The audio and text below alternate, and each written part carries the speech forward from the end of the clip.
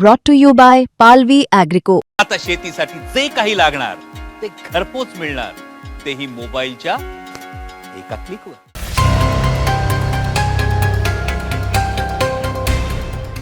बारामती विधानसभेच्या पोटनिवडणुकीवरून शरद पवारांच्या राष्ट्रवादीकडून अधिकृत प्रतिक्रिया समोर आली आहे.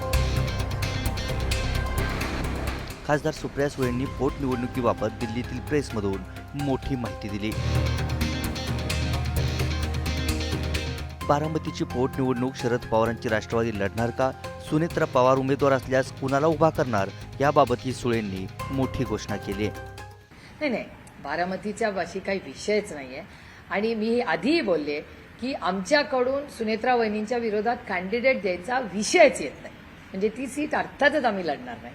त्याच्यामुळे आमच्याकडून आणि अर्थातच महाविकास आघाडीचा विचारही तसाच असेल, पण राष्ट्रवादी काँग्रेस पक्ष शरद पवार हे कधीच सुनेत्रा वहिनींच्या विरोधात कॅन्डिडेट देणार धनगर समाज हे त्यांच्यासमोर एकाला कोणाला ठेवणार आहे असं बोलणार ती नाही मला माहिती. आम्ही ती सीट लढणार नाही ह्याच्या बाबतीत आमच्या मनात शंका नाही. आणि पक्षाने ऑलरेडी निर्णय घेतलाय, मी तुम्हाला आधीच सांगितलं. नाही, कोणीच लढणार, विषयच येत नाही. राहुरीमध्ये तुम्ही लढणार का, कारण ती सीट तुमच्याकडे आहे? आता त्याची चर्चा माननीय जयंत पाटील साहेब, संजय राऊत साहेब उद्धवजींशी बोलतील, काँग्रेसशीही बोलतील आणि एक आज उद्यामध्ये महाविकास आघाडी त्याचा निर्णय घेईल. पण बारामती विधानसभेमध्ये सुनेत्रा वहिनींच्या विरोधात आम्ही कॅन्डिडेट देणार नाही हे मी तुम्हाला आधी सांगितलं. तर म्हणजे तो प्रश्नच येत नाही कॅन्डिडेट द्यायचा.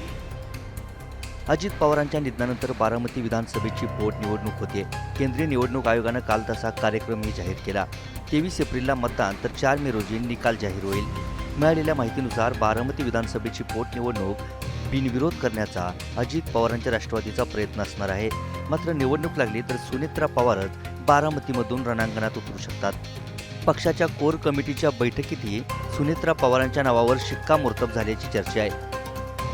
प्रदेशाध्यक्ष सुनील तटकरे आणि उपमुख्यमंत्री सुनेत्रा पवारांनीही बारामतीची पोटनिवडणूक लढण्याची घोषणा केली आहे. त्यामुळे शरद पवारांच्या राष्ट्रवादीची काय भूमिका आहे याकडे लक्ष लागलं होतं.